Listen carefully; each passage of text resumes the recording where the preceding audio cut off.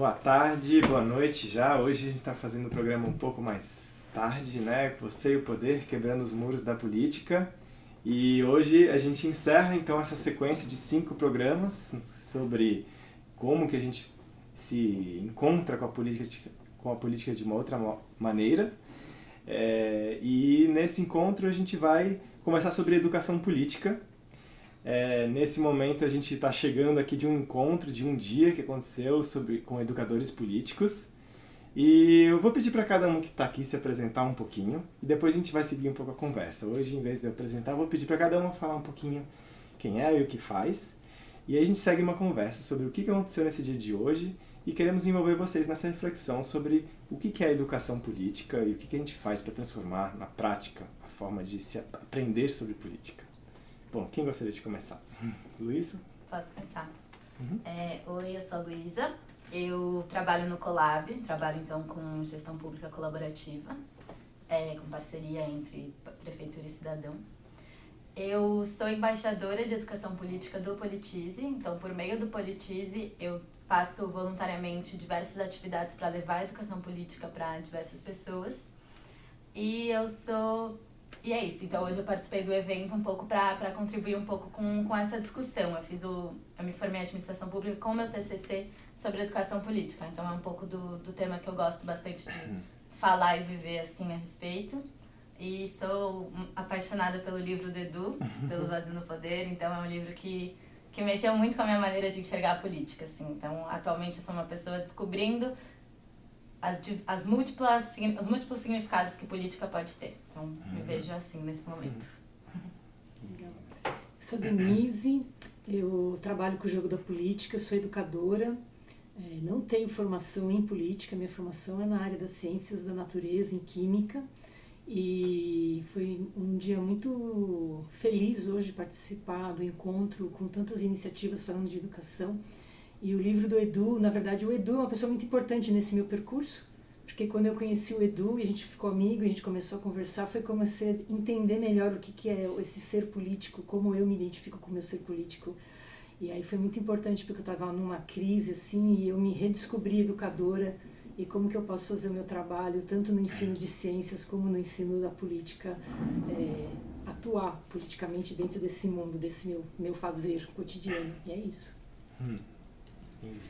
Meu nome é Diana, eu sou idealizadora e fundadora e diretora executiva da MOBS, que é uma organização que trabalha com educação para a cidadania nas escolas.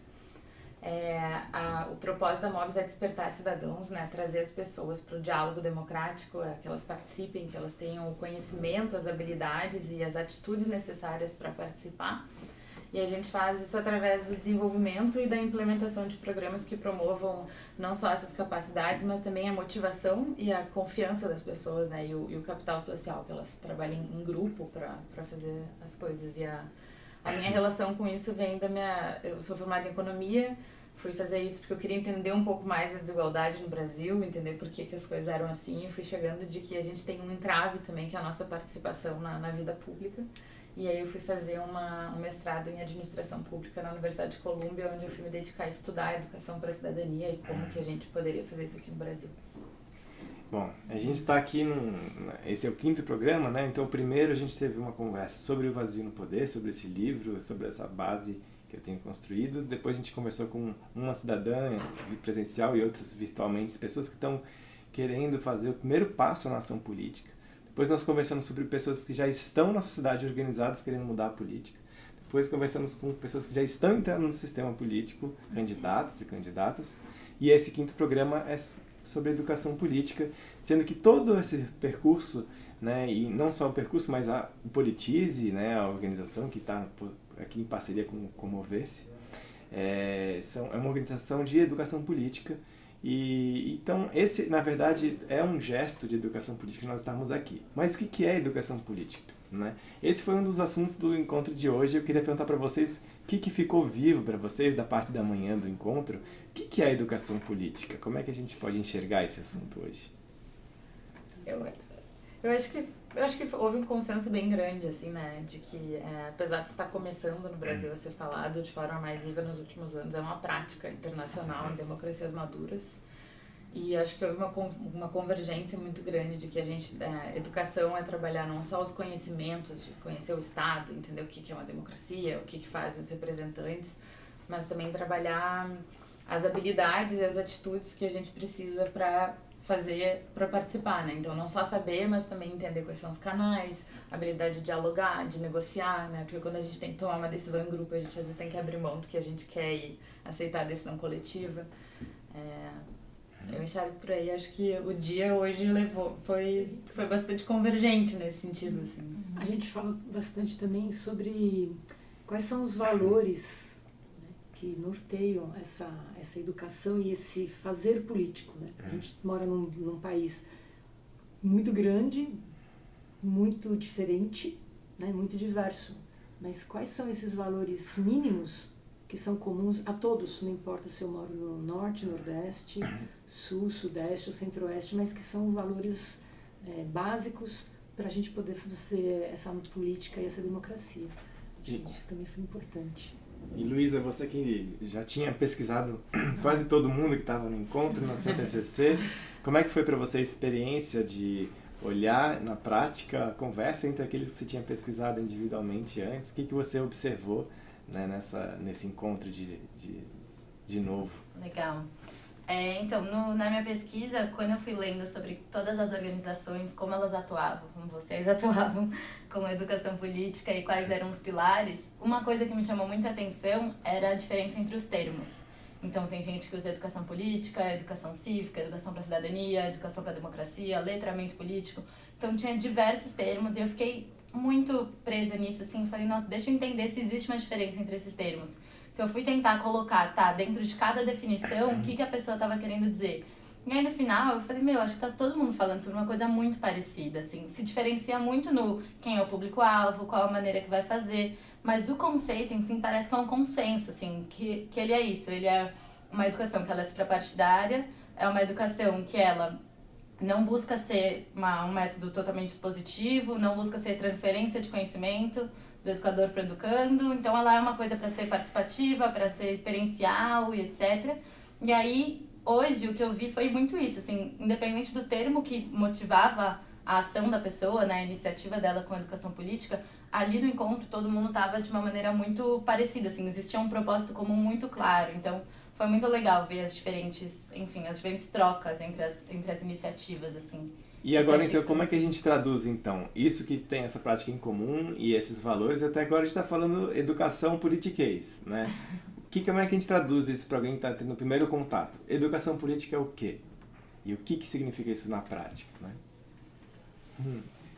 Para mim, é um conjunto de metodologias e práticas que se faz com, né, o público que a gente escolher, mas digamos, a MOBS trabalha com alunos de ensino médio, majoritariamente, para que as pessoas sejam cidadãos informados, hábeis, né, que tenham habilidades e que tenham valores democráticos e que participem, né, que estejam prontos para participar, se sintam confiantes, motivados, conhecedores, para participar da democracia e dessas N formas, desde formas institucionais claras, como através do voto, até formas mais comunitárias e ali dentro no seu bairro, de corrigir alguma coisa juntos. Mas e por que é importante? Por que tem tanto? Porque a gente estava agora no final, o Humberto Dantas, que é o pioneiro, né, falou que há 15 anos ninguém falava nisso. 6 anos atrás era meia dúzia de gato pingados e 3 anos para cá está virando um assunto tão quente. Por que é tão importante? Por que tem tanta gente se mobilizando para falar em educação política? Porque a gente está vivendo uma crise feia, né? Pergunta óbvia, né? Desculpa aí, galera. Está muito claro que a gente tem um problema sério de cultura política. Ou seja, a gente basicamente não tem uma cultura política, né? A gente não tem uma cultura de participar, de atuar, de pensar seriamente quem são os meus candidatos, por que eu estou escolhendo esses candidatos, como que eu faço para cobrar, como que eu não faço, como que eu posso, não fazendo parte da política institucional, como é que eu faço política, porque a gente está fazendo política. Eu gosto de falar que política você faz todo dia, porque cada atitude que você tem, você está se posicionando perante o mundo, você está deixando claro a visão de mundo. Quando eu escolho o que eu consumo, o que eu não consumo, como eu falo com as pessoas, como eu não falo, né? Tudo isso é política, no sentido bem amplo. E tem a política institucional, que é uma coisa mais recita, mas tudo isso é política. Eu queria que a gente pudesse aprofundar um pouco. Podem ter outras respostas para essa pergunta, mas vamos focar nessa. Cultura política, é possível mudar? Eu queria que vocês dissessem, que eu também posso trazer, a gente conversar sobre isso do ponto de vista da nossa experiência. É possível mudar valores? É possível criar outros valores? É possível mudar cultura? Algo que está tão arraigado. A gente vive num país que a gente tem aí tantas décadas de tentativa de mudar hábitos corruptos, uma mentalidade colonialista, o machismo, tantos padrões que aí a gente parecia que estava superando, de repente está voltando tudo, parece, não sei, né? Ou talvez seja uma onda passageira, não sei. Mas como é que a gente muda valores e hábitos tão arraigados? O que a gente vive na prática que faz a gente, que faz vocês ainda acreditarem nesse caminho, nessa possibilidade, na experiência de vocês? Acho que você falou uma coisa aí no final que é um pouco o que eu sinto, assim, não sei o que vocês pensam, mas ele falou, como é que vive isso na prática, né? Então acho que isso é uma maneira muito forte de mudar uma cultura, quando você começa na prática a demonstrar, né? Meio aquela coisa de walk the talk, assim, mas tipo, realmente, quando tem valores, você começa a vivenciar eles na prática, já é uma outra maneira de você absorver, né? Então isso se relaciona um pouco com aquilo que a gente estava falando da educação política em si, então, de você experienciar, né? Tipo, é uma maneira que você vai absorver aquilo, e a cultura política, ela vai se transformando aos poucos, assim. Mas é que tem várias coisas nisso que você falou, assim, né? Tipo, tem várias culturas que estão inseridas na gente, a gente não vai mudar de cultura de uma hora para outra, assim. Eu acho que a gente vai absorvendo e amadurecendo diferentes valores. Então, acho que é isso um pouco o processo da educação política, é ajudar a amadurecer alguns valores, mas não uma transformação, assim... Ela vai ao longo do tempo. Eu acho que tem um fator muito importante que até o encontro de hoje é um pouco resultado disso. Há 20 anos atrás, 30 anos atrás, sem internet, pessoas que eram pontos isolados pensando nisso e fazendo pequenos trabalhos com 30 alunos por ano, tentando trazer isso, eram realmente isolados, né? E hoje em dia, eu acho que o fato de que a gente está num mundo em que a informação está disponível, quando a gente se toca ou se dá conta de que algum valor é importante, a gente vai lá e pesquisa, a gente se conecta com quem está fazendo. Isso vai fortalecendo essa cultura e essa rede de construir esse tipo de educação em conjunto. Então, eu tenho muita esperança nesse sentido de que sim, é possível, né? Vai demorar, são vários passos, né? O Brasil é, de certa forma, uma democracia ainda não madura por diversas questões, né? de cultura política, mas eu acho que é possível construir sim, porque existem atores que vão se fortalecendo que a gente vai mudando as coisas aos poucos, né? Não dá pra... a gente vai plantando as sementes e vai vendo elas crescendo ao longo do tempo. Você falou de mudar, de criar novos valores ou mudar valores, né? Eu acho que a primeira coisa que, na minha experiência comigo, precisa acontecer, primeiro eu preciso conseguir entrar em contato com esses valores que eu tenho. Então, se eu consigo me enxergar sendo machista ou não, já é um princípio. Então, para mim, o primeiro ponto de partida é quais são os meus incômodos. Porque quando eu estou incomodada com alguma coisa, eu procuro me mover para tirar esse incômodo. Então, se eu estou incomodada com a situação no Brasil, eu preciso entender por que essa situação é desse jeito. Esse é um dos caminhos. Uma da outra coisa que eu acho que é importantíssima, né, é a gente mudar o discurso, mudar o que a gente fala. A gente tem um costume muito grande, eu tenho um costume muito grande, vou falar na primeira pessoa, que isso já é uma prática. Já também, é uma né? mudança de hábito importante, em vez né? de a gente falar no geral, estou assumindo. Então, eu tenho o costume de reclamar muito. Porque o fulano não fez, porque o ciclano não fez, né? E aí o que eu fiz? Então é isso, uma coisa, né? E aí, né, se você ler um pouquinho do Humberto Maturana, um biólogo chileno, ele fala muito do linguajar, da linguagem, né, que é uma ação de coordenar ações. E que conforme você repete aquelas coisas, aquilo vai ficando, né? A criança vai ouvindo, e aquilo vai criando uma cultura, e depois ela repete e vai criando, e ela repete e vai criando, né? Você vai indo, e aí você vai formando uma cultura que implica em valores, em modo de agir. Então, como é que você deve agir, se você nasceu aqui, se você nasceu ali, se você é assim ou se você é assado. Então, se você começar a mudar esses discursos, é um processo lento, mas é um processo que vai, né? Se eu mudo meu discurso, Aí, se eu tenho filho, eu mudo como eu converso com aquele meu filho. E a gente vai repetindo as histórias que a gente vai contando. Então, a gente começa a criar uma nova cultura. Então, ao invés de ficar só reclamando das coisas, contar, né? Olha só, tem gente fazendo, é possível fazer. Trazer exemplos concretos de coisas que já estão acontecendo. Porque aí isso dá esperança. Se você só reclama, você fica sem energia. Mas se você começa a atuar e começa a ver que tem gente fazendo e que está mudando, isso dá super esperança. Ontem eu estava numa roda de conversa em Minas Gerais e tinha um menino que eu esqueci o nome dele, um rapper. E ele trouxe um exemplo muito interessante sobre como ele estava numa situação, né? E aí quando ele entrou em contato com o hip hop, ele começou a ouvir as letras, ele começou a entender a realidade toda dele de um outro ângulo. E a gente começou aí, quando a gente conversou sobre isso, a gente estava falando sobre Hannah Arendt, sobre banalidade do mal, e ele estava totalmente já conectado com os pensadores que eu estou estudando na universidade, em outros lugares, e fiquei super feliz de ver, assim como a gente, em realidades tão diferentes, a gente chega num mesmo entendimento. E o que a gente conversava era sobre o fato de que a narrativa constrói o senso de realidade. A ideia de quem eu sou, qual é o mundo que eu vivo, ela não é dada, ela é construída, né? E aí, como que a gente consegue mudar as narrativas, né, que nos reeducam a um outro fazer político, que nos possibilita uma realidade democrática? Acho que é um pouco que está no pano de fundo quando você falou lá no começo. Não é só falar sobre o sistema, como funcionam os 3 poderes, qual é o papel do cidadão. Tem toda uma lógica importante a gente saber, o ABC, o beabá da cidadania, vamos dizer assim, mas eu costumo dizer, inclusive aqui no outro programa a gente explorou mais isso a fundo, a diferença entre ser cidadão e ser político. Ser cidadão é a parte de nós que mantém os bens comuns. A gente tem deveres e direitos. A gente herda uma praça pública e a gente mantém aquela praça pública, né? A gente herda, enfim, vários benefícios. Só que o nosso ser político é aquele que cria uma outra realidade. O ser político é aquele que cria uma praça, que cria uma política pública, né? A gente cria a realidade. Como que a gente, se vocês concordarem com esse caminho, né, de entender que a educação política seria um propósito dela, a gente formar cidadãos que são capazes de criar uma realidade que seja boa para todos, né? E como que a gente faria isso acontecer na prática? Né? Qual o caminho? Eu sublinharia na nossa experiência com os alunos, assim, eu sublinhando uma coisa que a Denise falou. Eu acho uma coisa que a gente viu que fez muita diferença é trazer exemplos positivos, né?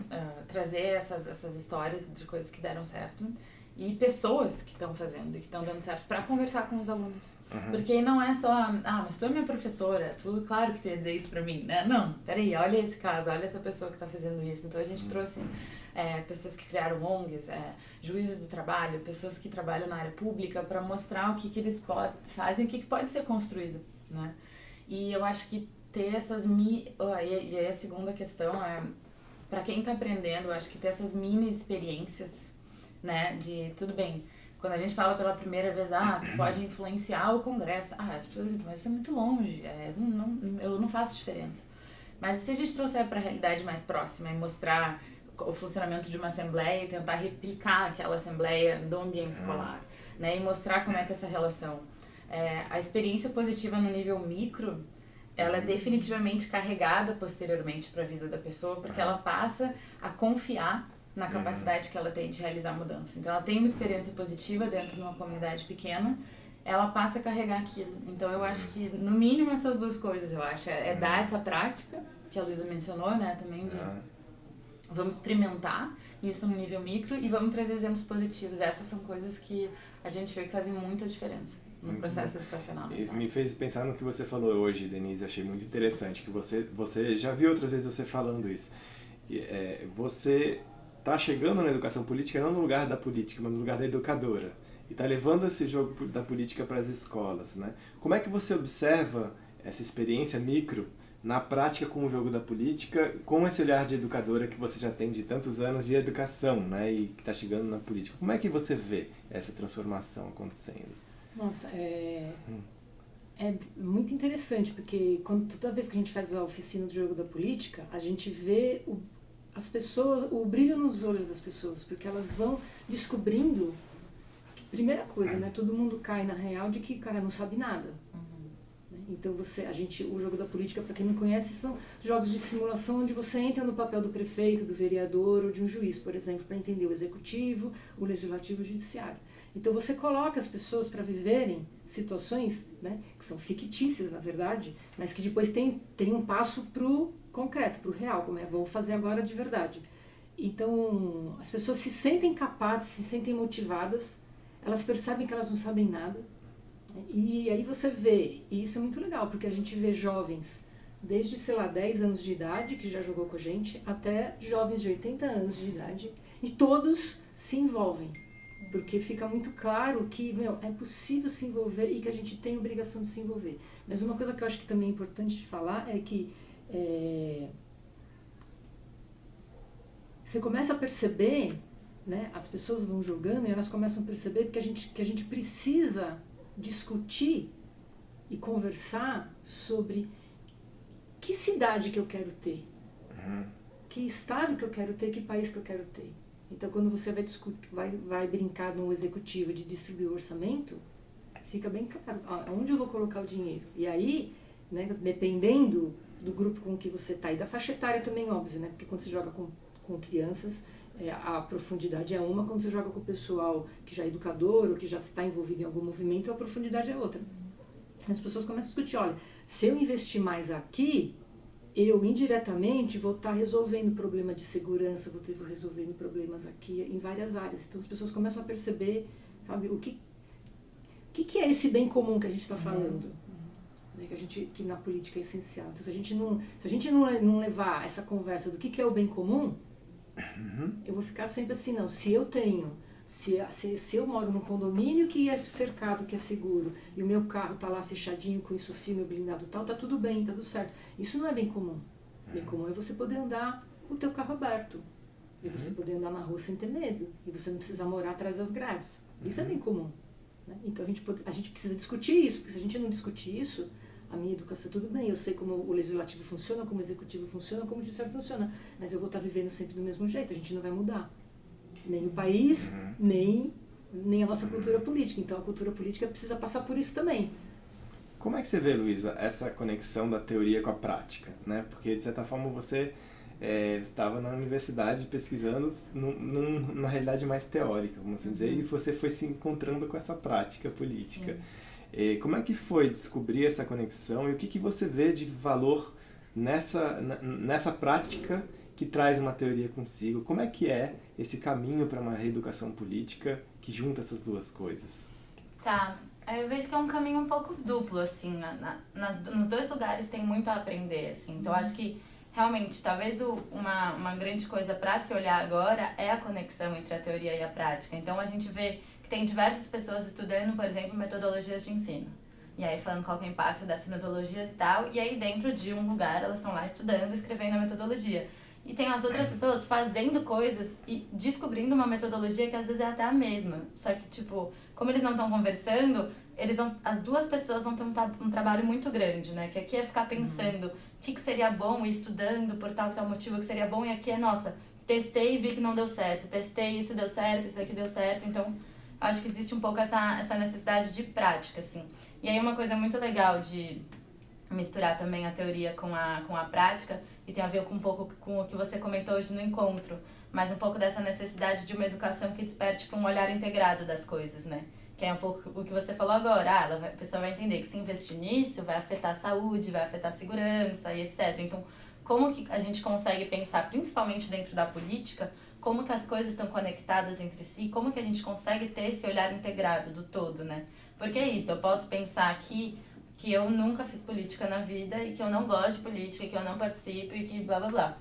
Só que aí, quando eu começo a perceber, que nem você falou, todas as minhas ações, o quanto que isso já não é um ato político, e o quanto que cada vez que eu despertar mais o meu ser político, eu vou estar impactando em diversas áreas e me perceber como um ser integrado também, né? Então, eu sou um ser integrado, a política é uma estrutura que ela tem que ser, enfim, a gente tem que ter um olhar integrado para ela, assim, então, não sei, acho que esse é um caminho legal que você estava comentando também, principalmente com esse olhar da ciência e tal, que você falou um pouco hoje, acho que isso é legal de comentar. Eu ia fazer esse comentário agora, né, porque como eu não venho do mundo da política, eu vim do mundo da ciência, e eu fiz pesquisa e depois eu dei aula, muitos anos, né, de química, E aí chegou um momento que eu entrei numa crise e falei, cara, eu não quero mais saber disso. Eu quero fazer uma outra coisa. Eu fui embora, fui pro Schumacher, voltei, entrei em contato com várias outras coisas e comecei a seguir um outro caminho, também na educação, mas diferente.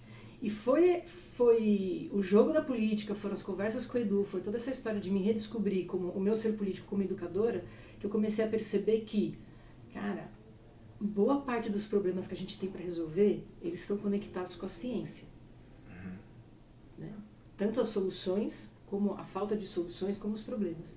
Quando você olha objetivos do desenvolvimento sustentável, daqueles 17 ODS, a grande maioria passa por ciência. Aí você vai lá ver os projetos de leis que passam e fala, gente, o dos agrotóxicos, por exemplo, tem ciência aí. Só que como a gente sabe muito pouco, então a gente não sabe de política, a gente também não sabe de ciência. E aí a gente fica nos discursos vazios e rasos, que não levam a nada. Eu falei, cara, agora eu consegui conectar. E aí isso me fez me apaixonar de novo pelo ensino de ciência. Porque eu descobri que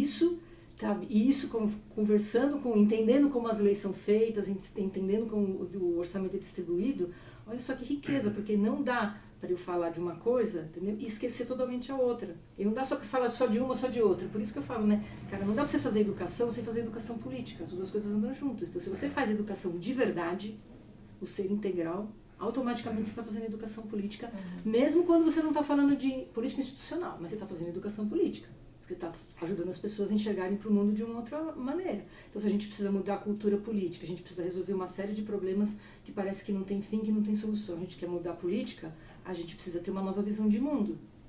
A gente precisa ter novos valores. A gente precisa conseguir se perceber seres em relação. Relação comigo, relação com o outro, relação com o ambiente todo que eu tô. E as coisas todas conectadas em rede.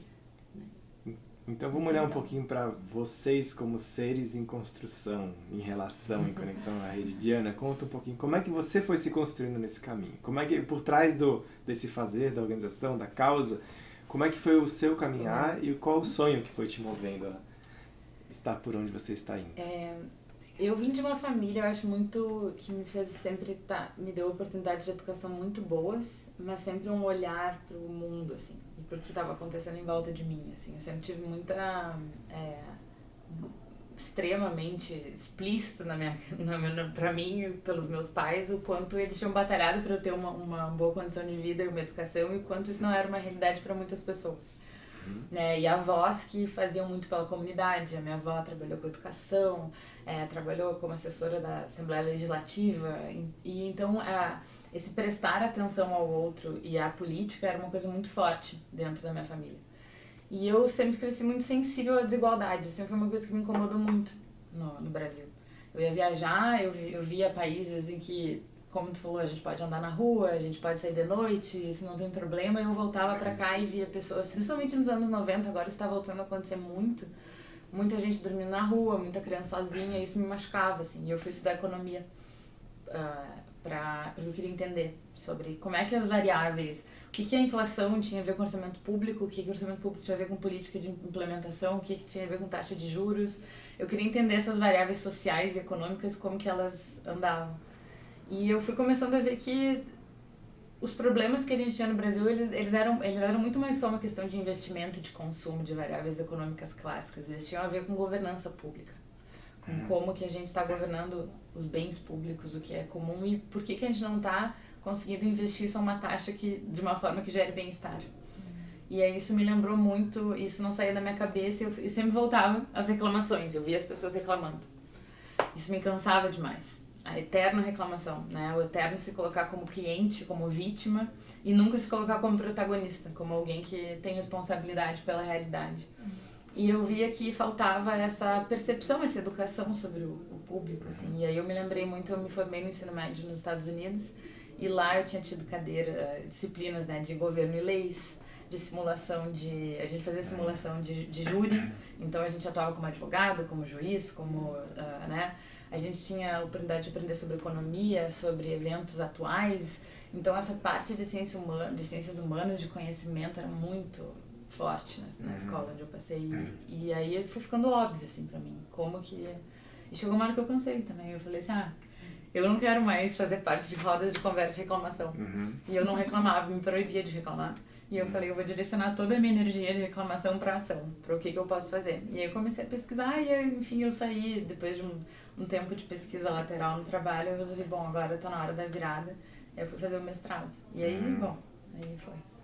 Mas é uma mistura, acho que, de influências e de percepções da realidade. Muito bom. Eu vou querer ouvir um pouco sobre o mesmo assunto de vocês, mas uma pergunta que me vem, a gente deixa aí uma hora, a gente volta para ela, que é porque eu também tive a experiência de estudar nos Estados Unidos e também foi lá que eu despertei para a ação política, mas quando eu voltei para o Brasil eu descobri que, na verdade, aqui a gente tinha muitas riquezas, né? Então, ao mesmo tempo que a gente tem essa falta de uma formação básica, quais são as riquezas que a gente tem, que a gente pode ter, que a gente pode acessar para a gente criar uma outra forma de fazer política, que seja tupiniquim, né? Sim, vamos deixar uma pergunta no ar, se a gente conseguir olhar para ela, ótimo, senão fica para uma próxima. Mas e aí, conta você um pouquinho, como é que está sendo a sua caminhada, então, em chegar nesse lugar? Qual é o sonho que te move? Que ser humano inteiro é esse que você está chegando? Tá. Então, pra mim, meu despertar, assim, nesse sentido foi... então, como eu falei, eu fiz administração pública e aí chegou um momento que a administração pública é um curso que ele é focado para trabalhar com o governo, trabalhar com o terceiro setor. E aí, então, tipo, pensando em todas as faculdades, os cursos que existem, tipo, esse é um dos mais próximos da política, né? Tipo, gestão de políticas públicas, essas coisas são as mais próximas. E aí eu percebi que mesmo fazendo esse curso, eu ainda não entendia com clareza o que fazia uma vereadora. E aí eu fiquei, nossa, tipo, como assim? Eu votei já, sabe? Eu fui lá, eu escolhi uma pessoa, votei, e tipo, eu estudo isso, eu não sei o que a pessoa faz. Eu não sei se... Teve gente que eu votei já que eu nem sei se foi eleito, tipo... Né? Quando eu comecei a questionar isso, eu falei, gente, como assim? A gente vota, é o nosso dever, é o nosso direito também, tem essa dupla relação, mas a gente não entende por que isso acontece, né? Então, um pouco essa questão da educação política. Não tem nas escolas atualmente, né? Já faz alguns bons anos, então... Como é que a gente aprende esse tipo de coisa? E aí, nisso que eu comecei a me questionar e a tentar me aprofundar. E aí, nesse movimento, eu conheci o Politize e as ações que eles faziam. E aí, esse ano, eu me tornei embaixadora de educação política pelo Politize. Então, eles fizeram esse programa de formação e é muito livre, assim. Tipo, eles deram todo o conteúdo e falaram, vai lá, se joga. Então, são pessoas pelo Brasil inteiro que estão realmente se jogando em tudo, assim. Então, eu já fui dar aula, tipo, desde, sei lá, aniversário da minha tia, tipo, com as amigas dela, até uma paróquia no Jardim Ângela, sabe? Então, varia muito o público, assim, e tem sido muito rica a experiência, porque o que eu sinto um pouco é que as pessoas estão com muita necessidade de falar, muita necessidade de falar sobre política e de falar, não de, tipo, se posicionar, não de, sabe? De um momento que você pode falar e abrir o espaço pro não sei também, sabe? Então, isso eu tô achando muito rico, assim. E aí é isso, então o tema tem me tocado cada vez mais, e vendo também quais são as múltiplas possibilidades de atuar com isso, assim. Então, também no meu trabalho, não é com a educação política em si, mas a gente fornece uma ferramenta que ela ajuda na cidadania, né? Então, o cidadão, ele tem um espaço onde ele pode colocar lá, tipo, um buraco na rua, uma lâmpada queimada, etc. Então, isso é muito legal, porque daí a gente vê que a pessoa, ela vira, tipo, uma fiscalizadora e ela gosta disso, sabe? Ela gosta quando a prefeitura vai lá e fala, tipo, resolvi, obrigada, e ela fica, tipo... Sabe, a pessoa, ela quer isso, ela quer poder participar, entendeu? Ela quer sair dessa posição de reclamão, da roda de reclamação que você falou, pra ir pra, tipo, ação. Então, é isso, quanto mais a gente dá caminhos pra população poder agir, melhor, assim, sabe? Mas é isso que eles estão sentindo, acho que é essa necessidade que tá pulsando. Então, quando a gente fala assim, renovação política, todo mundo quer, que nem se falou, a gente tá numa crise agora, todo mundo quer renovação. Mas acho que é isso, todo mundo tá querendo ser parte também, né? Se sentir útil também. Tem um pouco essa questão do outro lado, assim, acho, né? Tipo, eu tenho isso, eu quero me sentir útil, assim. Não quero, tipo, só receber uma política pública, eu quero me sentir, sabe? Não sei. Acho que tem um pouco dessa motivação, assim, né? Um dos temas que eu trago no livro, que é uma ideia que me encantou muito quando eu vi ela a primeira vez, que é o conceito do Hannah Arendt, de que a felicidade só é possível ser plena quando a gente consegue, além da eudaimonia, que é a felicidade comum, né, que a gente produz com a política, a finalidade da política, né, segundo Aristóteles, mas existe essa ideia de Hannah Arendt que a gente só pode ser plenamente feliz quando a gente também vive a política. Se a gente nega a política, a gente nega uma parte do nosso ser, né? Vocês concordam com isso? Vocês percebem que pessoas que antes não tinham esse olhar, quando podem experienciar essa realidade, elas se realizam, não só fazem bem para o comum, mas elas também podem, nós podemos nos tornar mais felizes ao descobrir o nosso ser político. Vocês veem isso na prática? Eu vejo isso Eu em mim. vejo. Em mim isso mudou, então acho que... Porque se isso é... Pode ir. Não, eu digo assim, os nossos alunos, a gente teve, da primeira intervenção que a gente teve, os depoimentos deles são maravilhosos, justamente nesse sentido de assim, eu nem sabia que eu podia fazer alguma coisa, depois, né, que eu fiz alguma coisa na escola, porque a gente usou a escola como microcosmos, né, eu me dei conta do poder que eu tenho, agora eu presto atenção, eu leio mais jornal e não só isso, tem uma coisa muito legal que agora eles são meio que os nossos embaixadores mirins, assim, então quando a gente vai para uma escola nova, agora a gente tá indo a semana que vem, eles vão com a gente, alguns deles lá, falar com os novos legal. alunos, eles passam a fazer parte desse movimento, porque se dão conta de onde eles estavam antes, onde eles estão agora e do quão importante isso é, então. E como é que é pra você ver isso acontecer? Porque você deu o passo de criar uma organização, aí formou, aí vai, tá vendo, e outras acontecem. Como é que é a sensação de criar algo que se multiplica e cresce, como o pessoal do Politize fez, e ela tá aqui multiplicando, e nós estamos aqui por causa do Politize, né? De certa forma, Sim. qual é a sensação de estar criando um movimento? É impagável, não tem preço. Eu acho que eu fiquei até arrepiada, assim, porque eu brinco, o pessoal lá na Mobs, eles brincam comigo que eu gosto muito de tirar foto, né? Eu entro na sala, às vezes tá a equipe, assim, né? E tá todo mundo trabalhando e engajado. E me dá uma felicidade enorme, porque é uma coisa que às vezes a gente começou sozinho e não sabia se ia dar certo, e tentando e errando. E aí, de repente, a gente vê que tem mais gente abraçando isso, né? Hoje em dia na Mobs nós somos 10 pessoas trabalhando e mais 3 no conselho, mais 2 em conselho fiscal, então a maioria ainda é voluntário. Então a gente vê o brilho no olho das pessoas, né? E eu acho que isso é uma coisa... me realiza, me deixa feliz, é a minha alegria diária, assim. Tem vários desafios da gente trabalhar com questões na sociedade civil, né? É desafiador, a sociedade civil no Brasil ainda não dá tanto recurso para inovações sociais, para novas organizações, é extremamente difícil do ponto de vista de recursos, mas eu acho que quando a gente vê o impacto que a gente está causando, é muito difícil sair, assim, a gente vai fazer de tudo para transformar isso, fazer isso com a maior qualidade possível, da forma melhor possível, para que isso se multiplique, isso gere ondas, né, suporte pessoas, fazer isso de forma sempre muito profissional. Mas é felicidade para mim, assim, ver isso se multiplicando. Denise, você falou que o seu caso é um exemplo. Por que para você a felicidade? Porque, nossa... Primeiro porque eu sempre quis mudar o mundo. E eu não sabia que isso era uma ação política. Querer mudar o mundo era política. E era assim, era uma vontade minha, mas eu não relacionava isso com política. Então o meu entendimento do que é política se transformou. E aí, como educadora, por exemplo, quando eu vejo... Por exemplo, a gente fez uma formação no Centro de Pesquisa e Formação do SESC. Uma das meninas que fez a formação está trabalhando com a gente agora. Então, ela se encantou pelo jogo, pelo processo, ela se reconheceu e ela entrou no time. A gente fez 2 oficinas em Brasília com educadores também de vários lugares do Brasil. A gente já tem gente usando a metodologia e trabalhando e escreve pra gente. Então, isso é uma conquista, né? Quando a gente vê, por exemplo, quando a gente faz jogos em cidades pequenininhas, onde é muito fácil você escrever um projeto de lei de iniciativa popular, porque como são poucas pessoas, é fácil coletar o número de assinaturas, você vê a moçada envolvida discutindo os problemas da cidade, escrevendo, fazendo um brainstorm lá sobre diferentes projetos, escolhendo escrevendo um projeto de lei e protocolando aquilo na Câmara. Você fala, nossa, cara. O poder disso. É um poder, né? Então você vê criança fazendo isso, você vê jovens fazendo isso. Esse fim de semana eu estava fazendo uma formação em Mococa com pessoas que já são ativistas, já fazem um trabalho incrível. Entendeu? E eles, sabe, todos eles vieram agradecer, porque falam, cara, a gente já faz e a gente não sabe metade. Isso daqui vai enriquecer muito o nosso trabalho. E aí eles já saíram, terminaram lá já pensando em várias ações que eles podiam fazer. Cara, isso não tem preço, né? Vocês estão trazendo exemplos, não sei se você quer trazer algum outro também, mas que vão mostrando que a gente cria a realidade, né? E o que eu estava trazendo antes do ser político é essa capacidade de criar o mundo que a gente sonha. Por que é tão prazeroso criar a realidade? Da onde vem o desejo, da onde vem o prazer de fazer acontecer um outro mundo?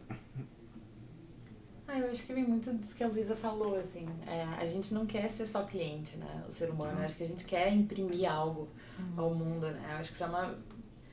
Eu arrisco dizer que isso é uma vontade humana quase universal, assim, de se sentir útil, de imprimir algo, de deixar sua marca. E as pessoas canalizam essa vontade de ser útil de diferentes formas, né? Algumas canalizam mais pela família, outros canalizam mais por uma carreira numa área X, mas eu acho que tem pessoas que canalizam isso com um grupo, né?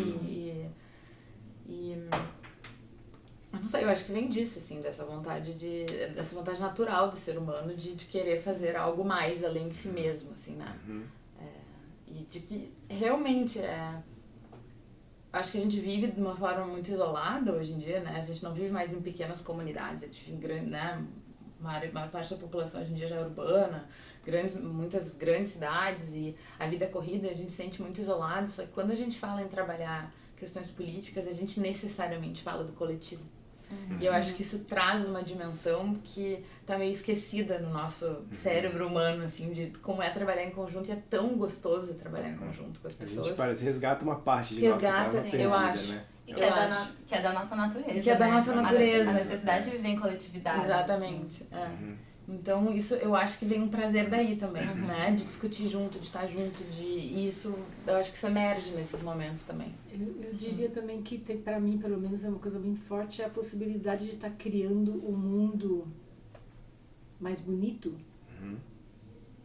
de acordo com aquilo que eu acredito que é um mundo mais bonito. Talvez o mundo mais bonito para mim não seja para todo mundo, e aí cabe, né, a capacidade de você dialogar, e que a gente já falou aqui, né, tipo, o fazer político envolve que muitas vezes aquilo que eu acho não é o que vai acontecer, mas em prol do bem comum, aquilo lá.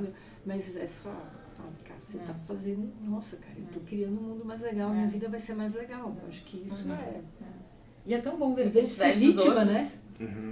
Se você deixa de ser vítima, cara, você tá... E aí a felicidade coletiva, né? A tal da ironia, porque ela se contagia. É maravilhoso. E acho que um pouco do processo também, voltando pro que a gente tava falando, mais do eu, né? Que é tipo, quando você fala, eu quero mudar o mundo, você quer mudar o eu, porque você quer enxergar o mundo de uma maneira diferente, né?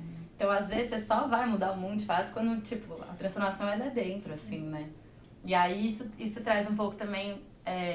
lembrei um pouco do trecho do seu livro, que você traz o conto do Rubem Alves, de política e jardinagem, e que ele fala muito da questão da vocação. E aí, a vocação, ela é isso, né? Tipo, a sua vocação, tipo, pode ser mudar o mundo, mas tem uma maneira, né? Você vai mudar o mundo através do quê? Pode ser, tipo, quero mudar o mundo fazendo um copo sustentável, não sei, sabe? Cada pessoa ela vai encontrar qual que é a sua causa, a sua bandeira, assim. E a partir do momento que ela internalizar a mudança que ela tá, enfim, querendo gerar, é o momento que ela se sente, de fato, contemplada, assim. Nos programas anteriores, eu já seguindo, né, esse embalo, a gente conversou no anterior com candidatos, no anterior com os movimentos Acredito, Pacto pela Democracia, pessoas que estão nesses movimentos já super engajadas em transformar, e todos eles trouxeram essa alegria, esse entusiasmo, né, de forma muito viva. A gente fez até um esforço para eles saírem do lugar de candidato e falar como uma pessoa por trás, e acho que deu certo. O entusiasmo era autêntico, mesmo que é difícil levar uma campanha adiante. Mas a gente está falando aqui de educação política, a gente está trazendo muito a questão do cidadão, aluno, e as pessoas que estão já atuando no sistema. Vocês entendem que precisam também de educação política, ou é só para quem está no ABC? Você está falando tipo os educadores que já estão... movimentos sociais, vocês acham que a educação política se restringe a esse público que precisa entender o básico?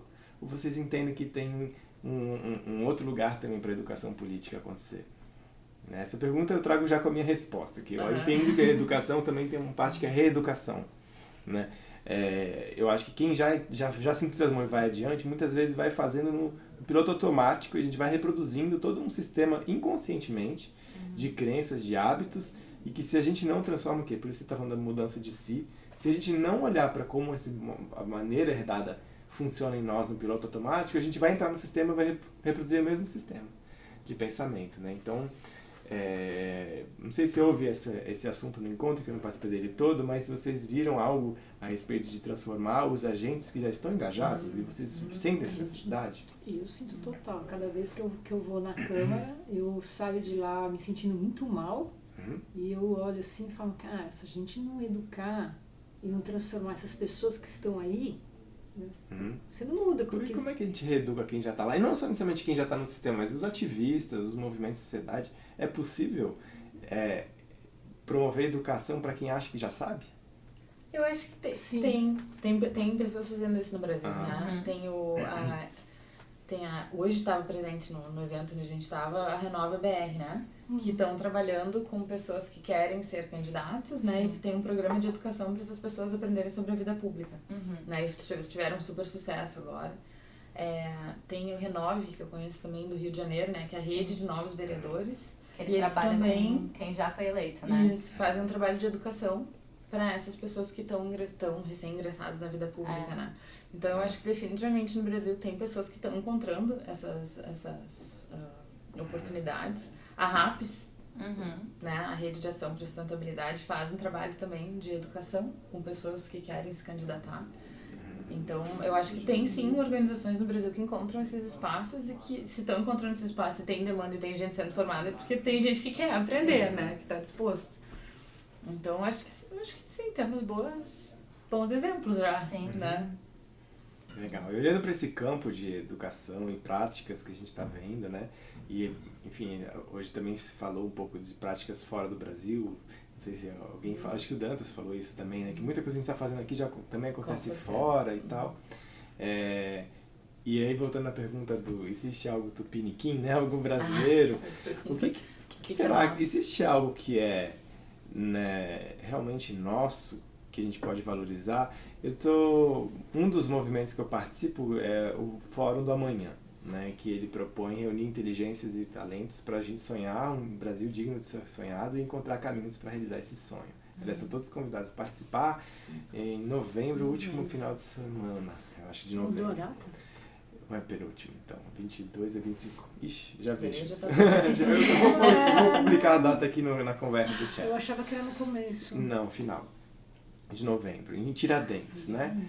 E os movimentos de inovação política estão sendo chamados para participar também. A gente vai fazer um balanço sobre como é que foram as eleições e o que isso diz sobre o nosso caminho, etc.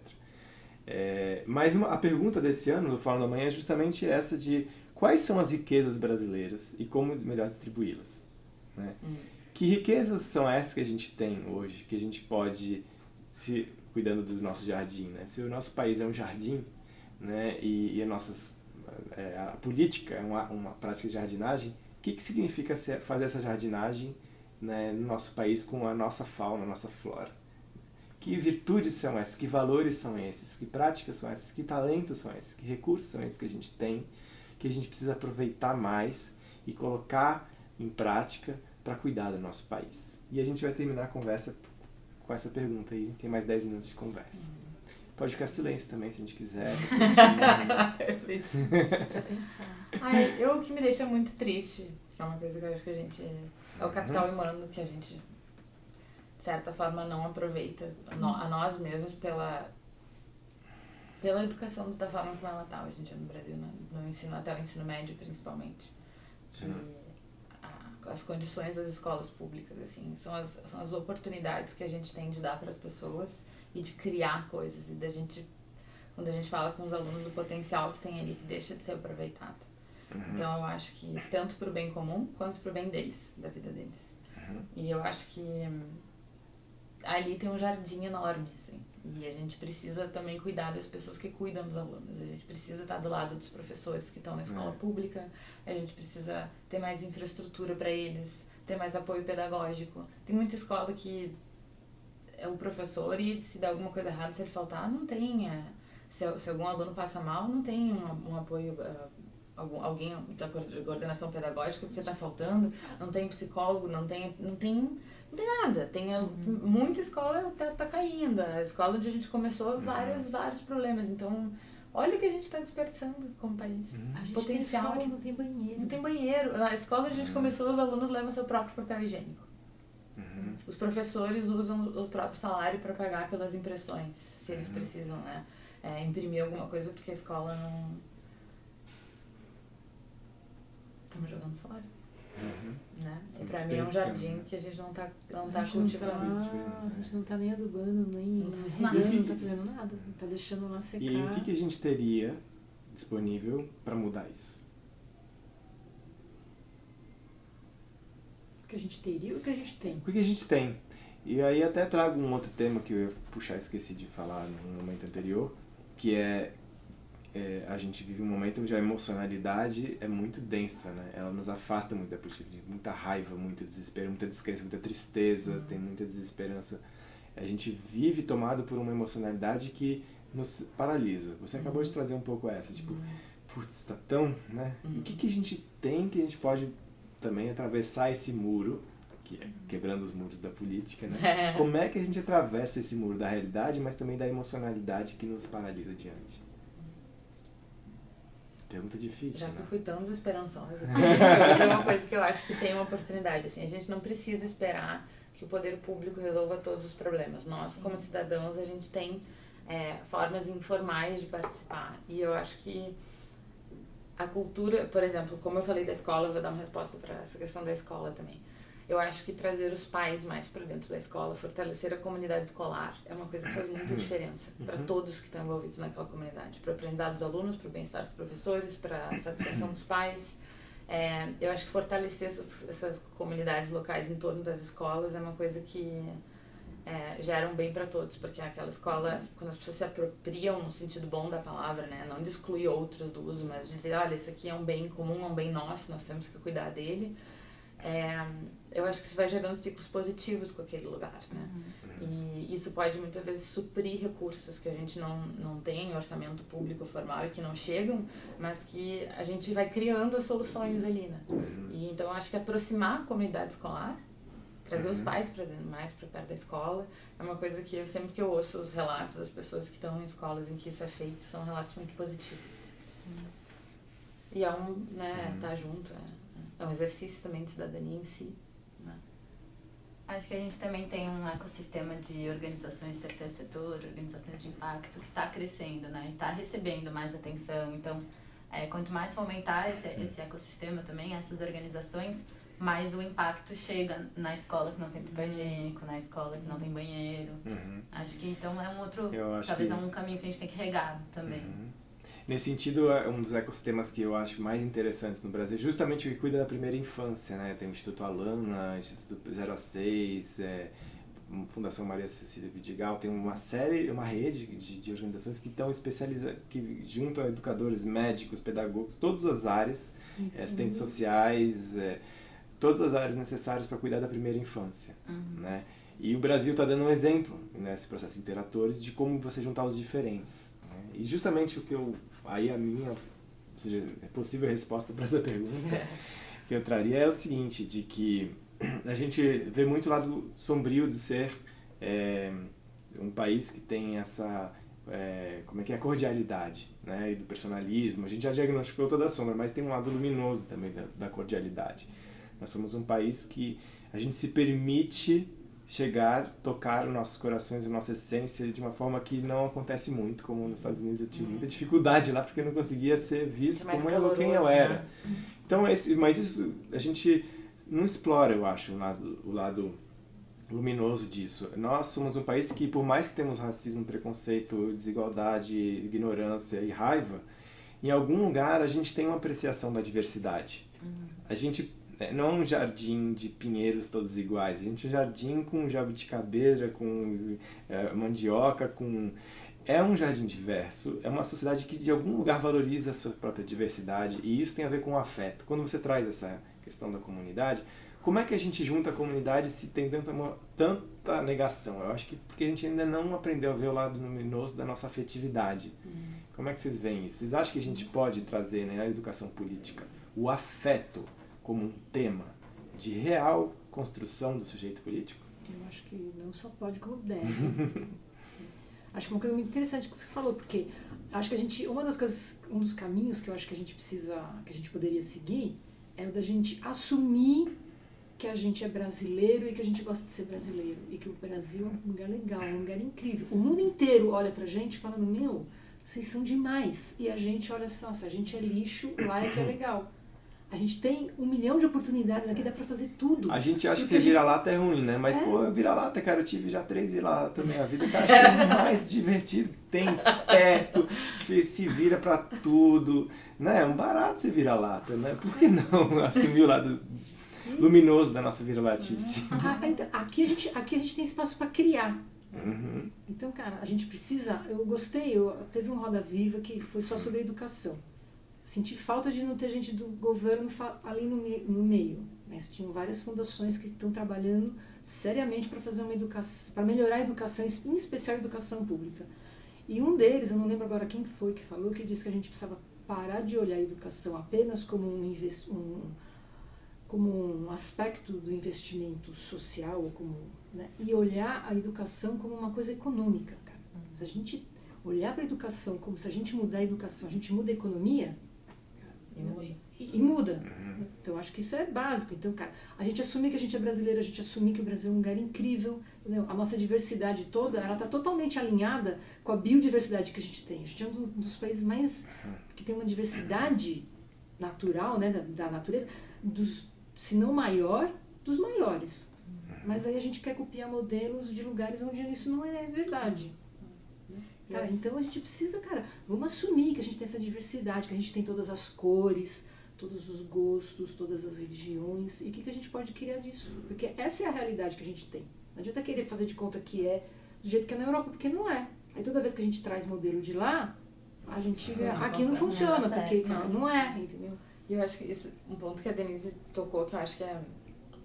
A gente tem um certo vício, e talvez até por questões educacionais, de olhar as coisas com padrões, né? Então, essa é a forma que deve ser. Aí a gente olha que o padrão tá aqui e a forma que deve ser é essa e nós estamos aqui, então aqui é uma droga, né? E essa é uma forma muito viciada e não criativa, que não estimula a criatividade, não estimula o empreendedorismo, não estimula o erro. E errar tá mais do que comprovado por 1000 estudos que é natural, faz parte, e quem sabe lidar com o erro, quem sabe lidar com o não dar certo e tem essa resiliência mental de entender que é assim, vai mais longe a longo prazo. Porque é assim, criar é dar um erro aqui, ajusta, ela vai pra lá. Então eu acho que essa coisa que colocou de se vira-lata, de olhar pra fora e achar que o fora tá certo, que nunca vai dar, coloca a gente na posição de reclamar, de vítima, de não. Se a gente coloca, não vamos fazer essa visão de cima pra baixo, essa visão top-down, vamos fazer o baixo pra cima, bottom-up. Aí tu olha a construção, aí tu fica orgulhoso do passado, tu olha só, a gente saiu daqui, a gente já fez isso, já fez isso, já fez isso.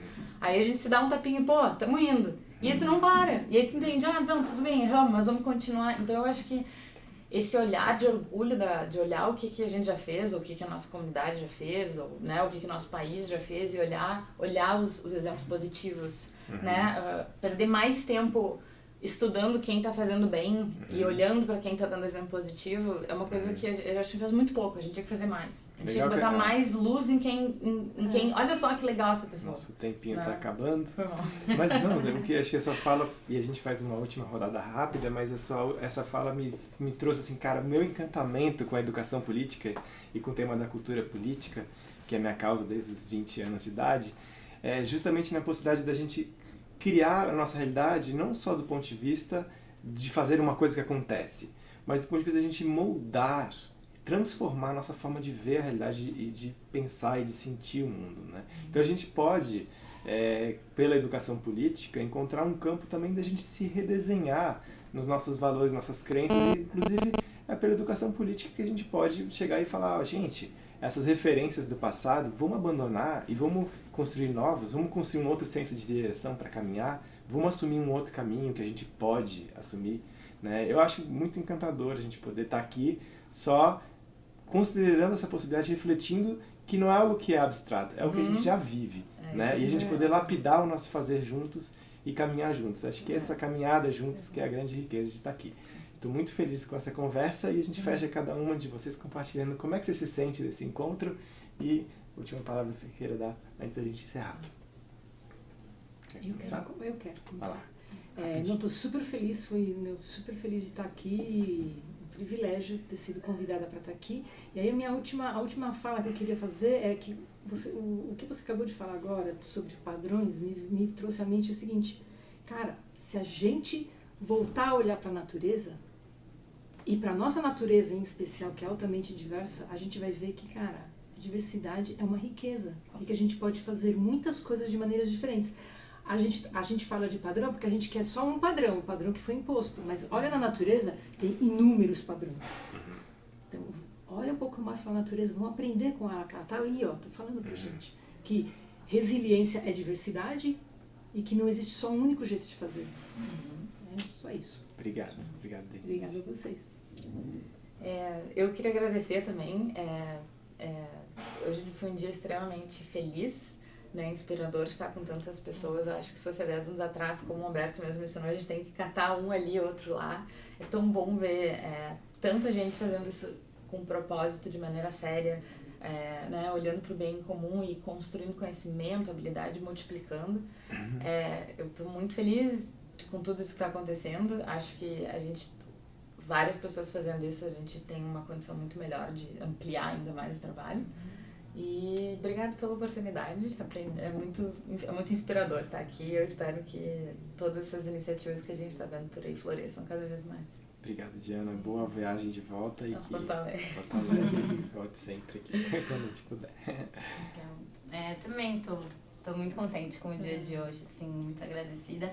E é muito gostoso participar desses espaços, né? E começar a ver também que tem muita coisa ainda para aprender, muita coisa. E acho que essa acho que talvez tá aí mais um prazer da vida, assim, né? Você ter alguma coisa que te motiva a aprender mais, assim, né? Então, não ser um ser completo, né? Mas ser um ser sempre em formação. Então, acho que isso é muito legal, assim. E também, principalmente, pensando o quanto é rico a gente ter passado esse dia inteiro hoje falando de educação política, aí as quase vésperas de uma eleição que está sendo tão falada e tão caótica e com tanta gente desesperançosa, a gente vê quanta coisa boa está surgindo e quantas maneiras que a gente tem de participar da política e de agir de maneira política que não dependem necessariamente de um cenário que esteja desmotivando ou enfim, ou então o que também a gente pode fazer para que esse cenário seja mais motivador, assim. Então eu saio com um olhar muito mais positivo, assim, saio bem esperançosa. Bom, então a gente partilhou aqui um gostinho da alegria que é quando a gente caminha juntos pelo bem comum. E essa caminhada a gente se encerra agora esses 5 encontros. Muito obrigado a cada um de vocês pelo nosso encontro aqui. Obrigado mesmo.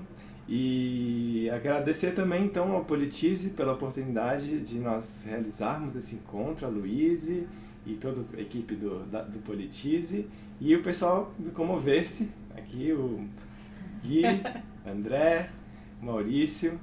Que bom poder caminhar com vocês, né? E acho que essa é uma grande riqueza da gente do fazer em conjunto. A gente se encontra e aprende junto, cria junto e celebra junto, né? Então é isso, vamos celebrar a vida e que possa se espalhar essa alegria de viver pelo nosso país, para a gente poder se encantar com a gente mesmo e poder realizar o país que a gente sonha. Então é isso aí, gente. Até a próxima, se houver.